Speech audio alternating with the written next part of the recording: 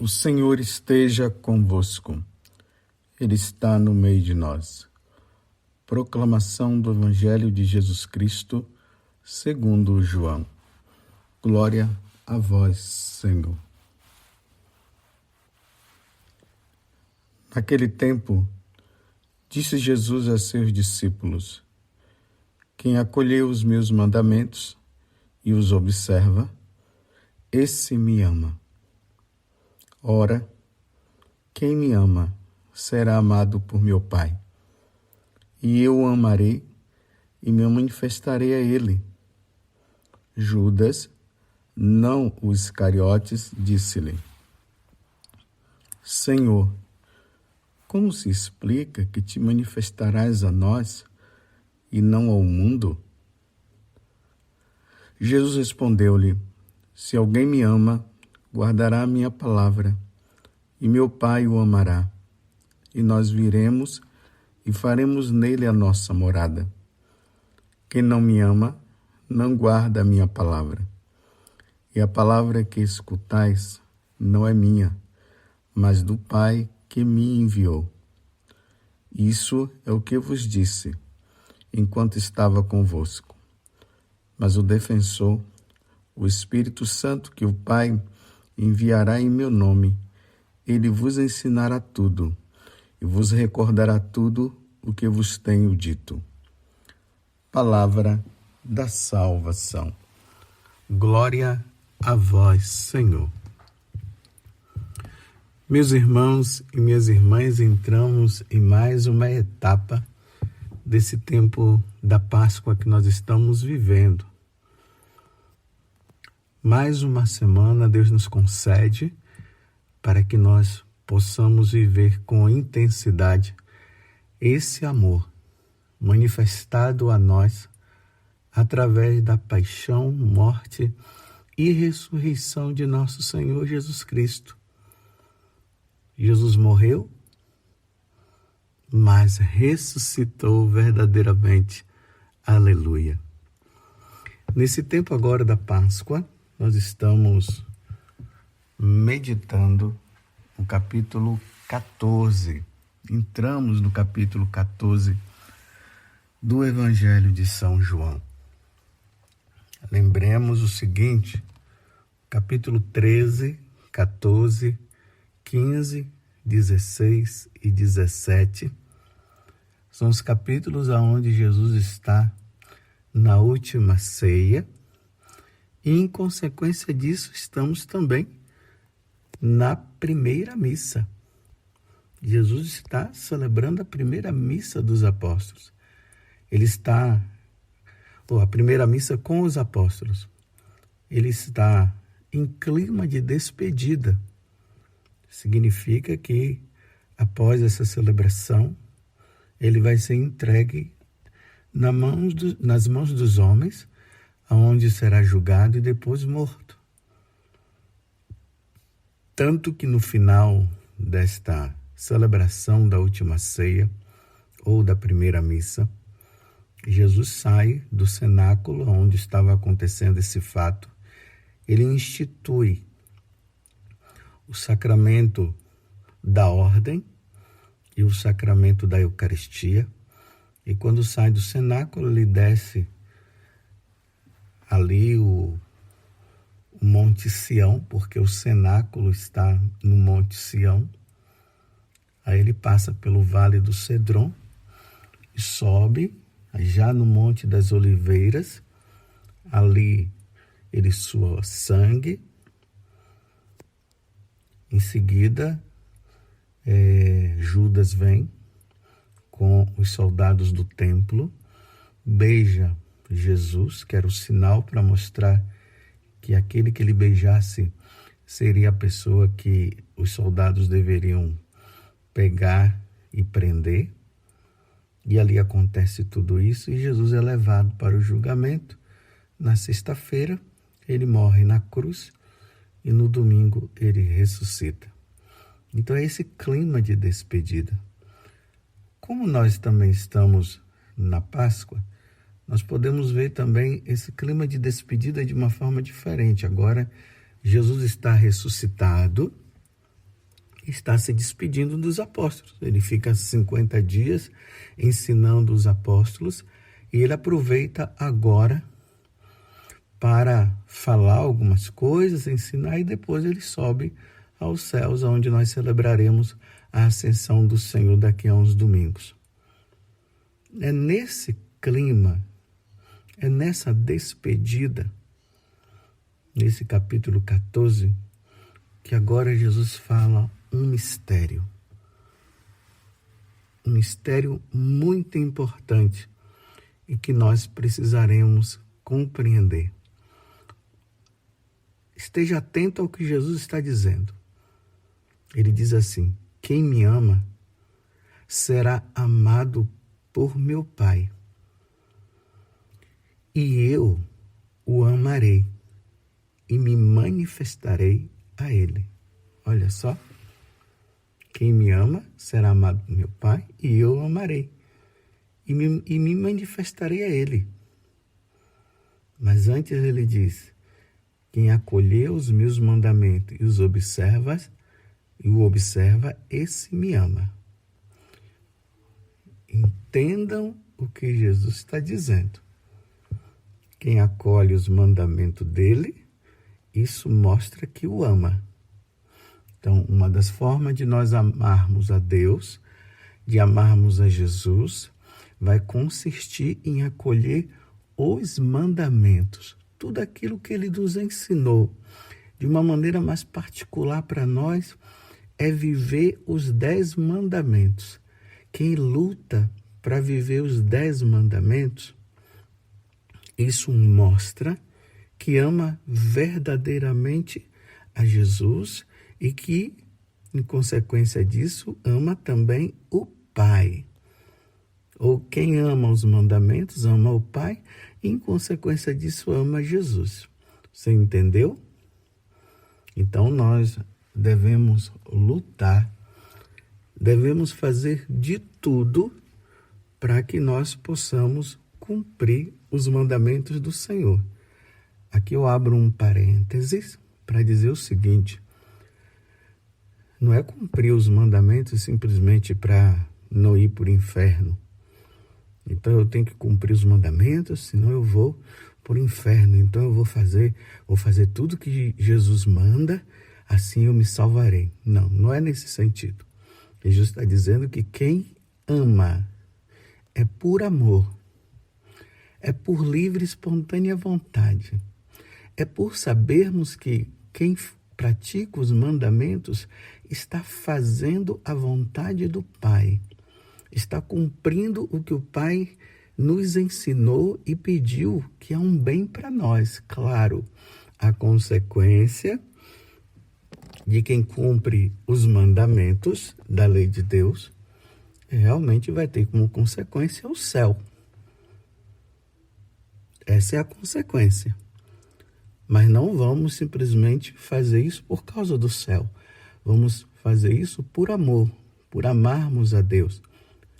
Por sabermos que quando nós não praticamos os mandamentos, nós estamos mostrando que nós não amamos. Nós estamos mostrando que nós queremos viver a nossa vida livre, sem que Deus possa nos ajudar, sem querer Deus. É simplesmente isso. Então, quem acolhe os meus mandamentos e os observa, esse me ama, tá vendo? Ora, quem me ama será amado por meu Pai, e eu o amarei e me manifestarei a ele.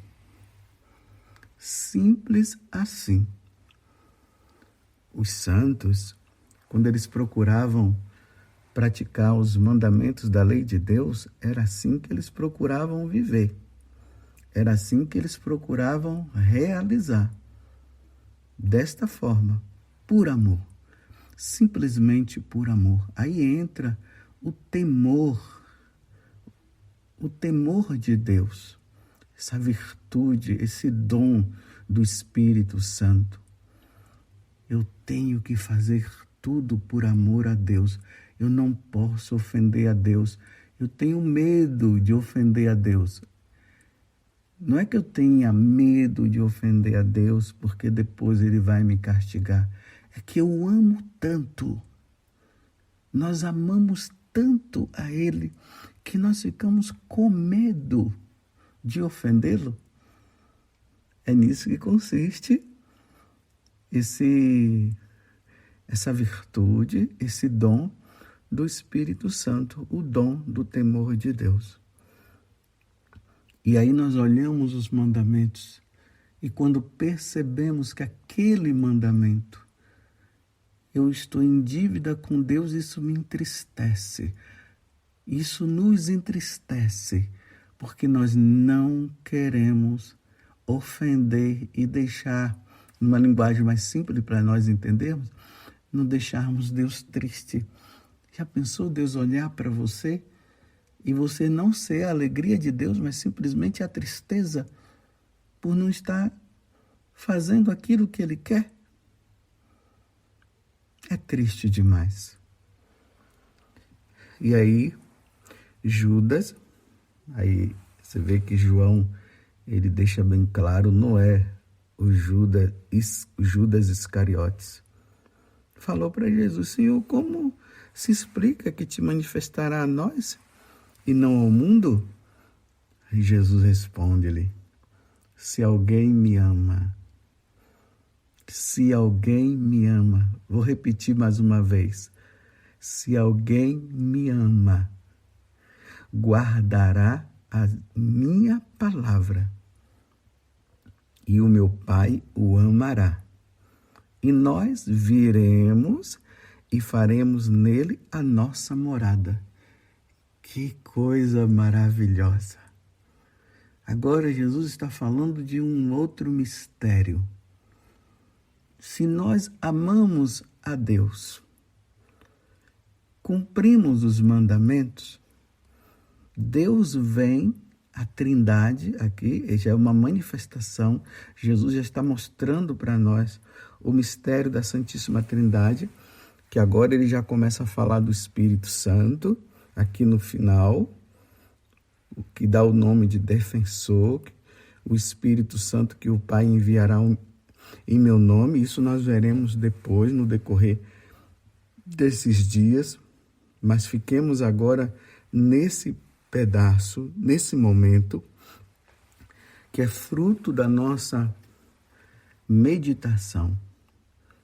Se nós amamos a Deus, nós vamos guardar os seus mandamentos. Guardando os seus mandamentos, nós vamos mostrar que nós amamos. Aqui, Deus está dizendo, Jesus está dizendo para nós que nós devemos amá-lo também na prática. Não é somente na teoria, eu amo a Deus, mas na prática eu vivo uma vida errada. Quem ouve a minha palavra pratica. É isso que Jesus está dizendo. E aí, a Trindade, o Pai, o Filho e o Espírito Santo habita dentro de nós. É por isso que São Paulo diz que nós somos templo do Espírito Santo. Nós somos templo de Deus. O templo é o lugar onde Deus está. E ali os fiéis vão para lá para oferecer o sacrifício, vão lá para rezar. É isso que se dá nas nossas igrejas. Então, ali na igreja, quando nós entramos, na igreja católica, é preciso especificar, porque hoje se fala tanto de tantas igrejas, né? Aqui eu estou falando da igreja católica. E nós cremos nisso. Quando nós entramos na igreja católica, lá tem o sacrário. Ali tem um altar. Lá está aquela luz vermelha indicando a presença de Deus. Deus habita nesse lugar sagrado. E é neste lugar sagrado que nós vamos ali, e ali nós rezamos e ficamos diante da presença de Deus. Aqui Jesus está dizendo que quando nós praticamos os mandamentos, Deus habita dentro de nós. aqui dá para entender agora, meus irmãos, o que é uma pessoa em estado de graça e uma pessoa em estado de desgraça. A pessoa em estado de graça é aquela pessoa que não está em pecado mortal. A pessoa em estado de desgraça é aquela que está no estado de pecado mortal. Então, quem está no pecado mortal é porque não pratica os mandamentos. Então, agora vocês vão entender. Jesus está dizendo que quem o ama, ama o Pai, ama Ele, vai amar o Espírito Santo. Aqui está o mistério da Santíssima Trindade. Ama porque pratica os mandamentos. Então, significa que está em estado de graça. Estando em estado de graça, Deus vem e habita em nós. Se a pessoa ela está em estado de desgraça, ou seja, ela não pratica os mandamentos da lei de Deus, e aqui, meus irmãos, um mandamento só já é o bastante para se mostrar que não ama a Deus, viu?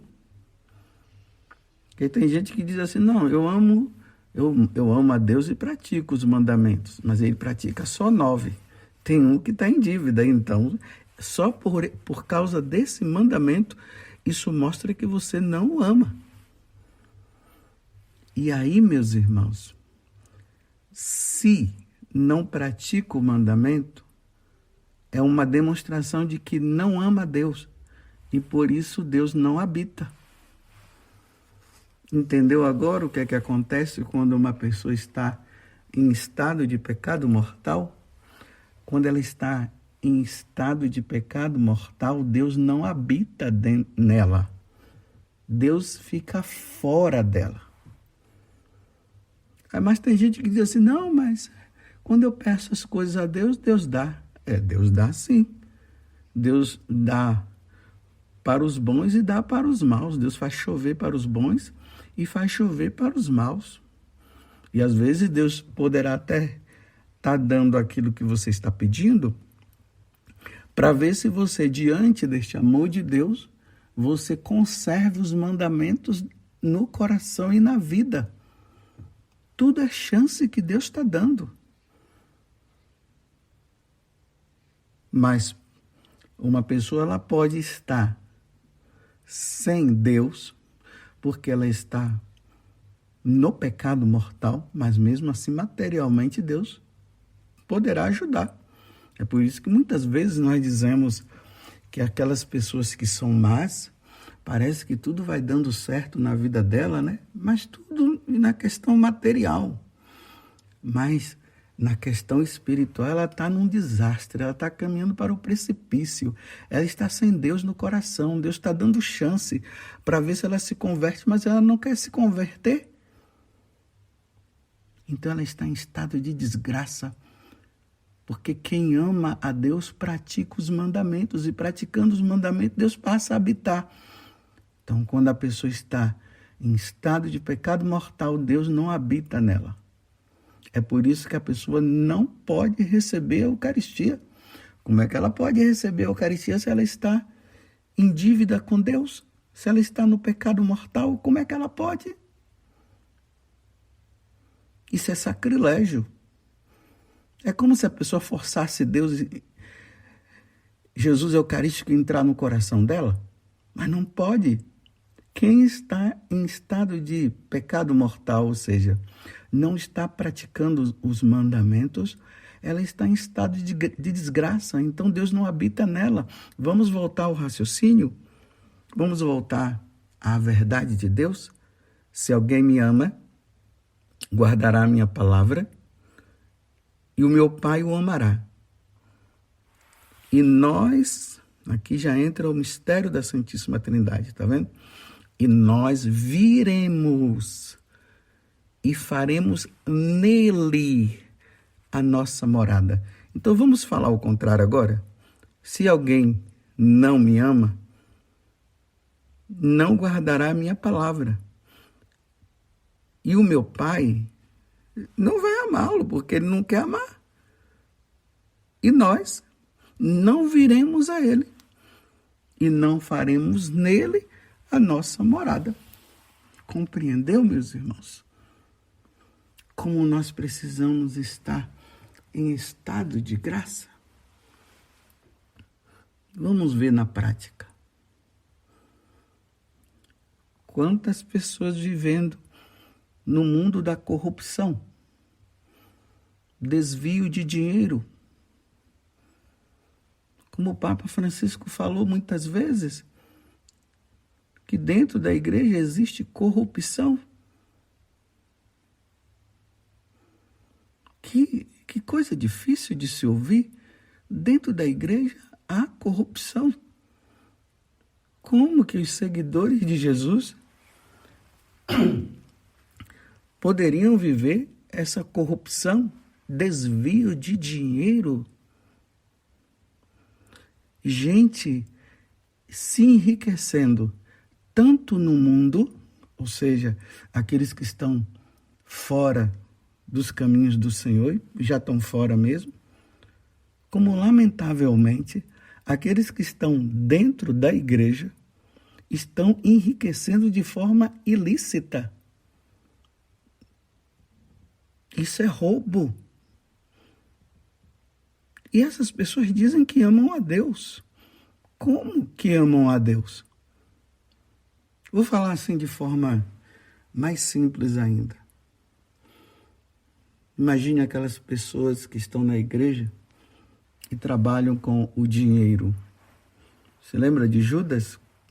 Que João identificou ele como um ladrão?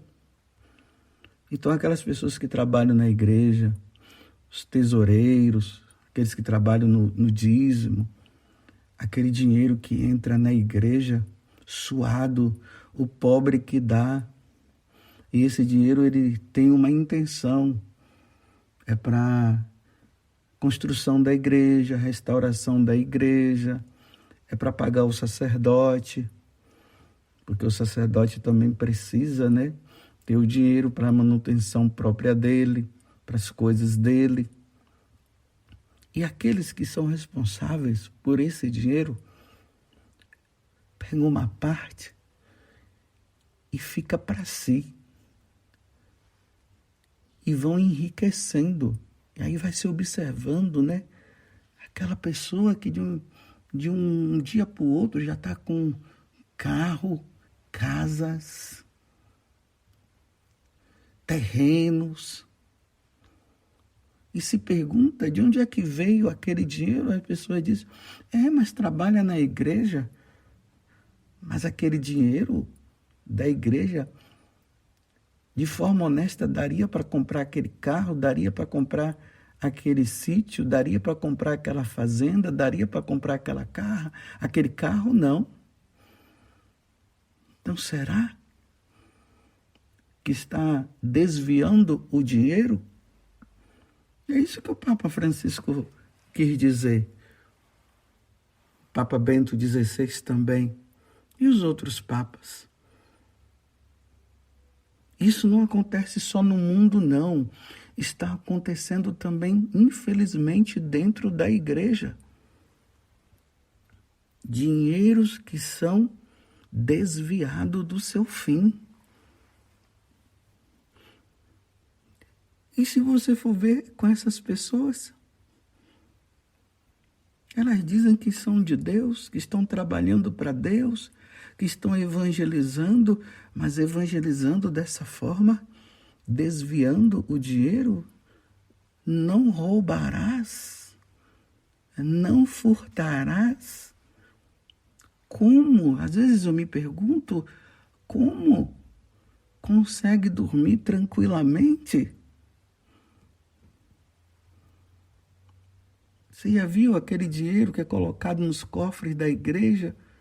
Que tem pessoas que vão lá em horários escondidos e pegam aquele dinheiro das ofertas e roubando ali diante da presença de Deus, porque Jesus está presente ali na Eucaristia.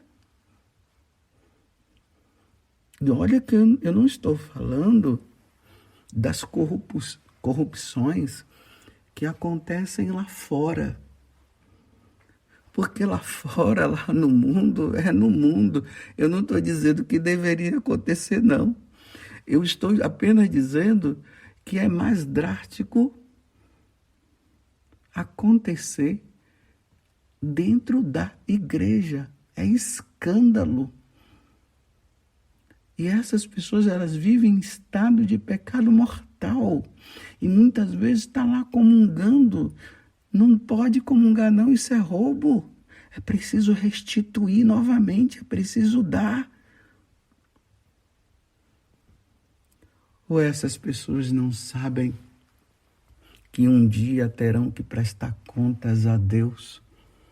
Na carta aos Coríntios, essa passagem, eu nunca esqueço. Todos nós teremos que um dia ir diante do tribunal de Deus e lá iremos prestar conta dos nossos atos cometidos neste corpo, ou seja, cometido neste mundo. E já pensou chegar lá diante de Deus com o dinheiro desviado, enriquecimento ilícito? Para nós católicos, isso nunca deveria acontecer, porque nós sabemos que nós estamos de passagem nesse mundo. Nós não vamos viver eternamente nesse mundo. Voltemos agora ao que Jesus falou. Eu dei um exemplo dentre todos os mandamentos. Eu falei do mandamento não furtarás. Eu poderia dar outros exemplos também. Então vamos voltar agora ao Evangelho. Se alguém me ama, guardará a minha palavra. E lá em cima Jesus fala, guardará os meus mandamentos. E meu Pai o amará. E nós viremos e faremos nele a nossa morada. Quem vive na corrupção está em estado de pecado grave, de pecado mortal. E aqueles que estão em volta e ajudam nessa corrupção, eles também estão na corrupção. Não adianta a pessoa dizer assim, o problema é dele, não é meu. Não. Se você está cooperando, se você está assinando coisas ilícitas, você também está contribuindo para a corrupção. Isso é pecado mortal. Deus não habita no coração. Deus não vai habitar porque a pessoa está em estado de pecado mortal. É preciso se confessar e fazer o firme propósito de não fazer mais isso e devolver o que foi roubado. Senão, passará por um julgamento severo. Cuidado com essa história que Deus é amor, que Deus é misericórdia e não se fala mais da justiça divina. Então é muito fácil dizer, Deus me ama, Deus é misericórdia e eu continuo na corrupção e por isso todo mundo vai para o céu de novo também. Você acha que um corrupto irá para o céu? Não vai. Não furtarás. Não roubarás. Não se engane. É tempo de conversão, é tempo de mudança. Se não guardar os mandamentos, Jesus, a Santíssima Trindade, né? O Pai, o Filho e o Espírito Santo não habitará. Não habitando, a pessoa não pode receber a Eucaristia. Não habitando Deus nela, e ela morre nessa condição, ela não se salvará. É tempo de arrependimento. Façamos o que é correto enquanto é tempo. Vou repetir de novo e terminar essa meditação onde nós precisamos rever a nossa vida. Imagine o enriquecimento de forma ilícita. Aí você olha assim, aquela geladeira, aquele carro, aquela casa, aquele terreno, aquele prédio, tudo é roubado, porque foi adquirido de forma ilícita. Não foi tirado do suor, do dia a dia, do trabalho honesto, foi do trabalho desonesto. Então, tudo aquilo ali é roubo, é a prova. E Deus é quem sabe. Pode se enganar as pessoas, mas a Deus ninguém enganará. Se alguém me ama, guardará a minha palavra, ou seja, não será corrupto, não roubará. E o meu Pai o amará, e nós viremos e faremos nele a nossa morada. Quem fizer o contrário, aguenta firme, porque não vai ser fácil no dia que for diante de Deus. Cada um examine a sua consciência. Louvado seja nosso Senhor Jesus Cristo, para sempre seja louvado, e a nossa Mãe Maria Santíssima.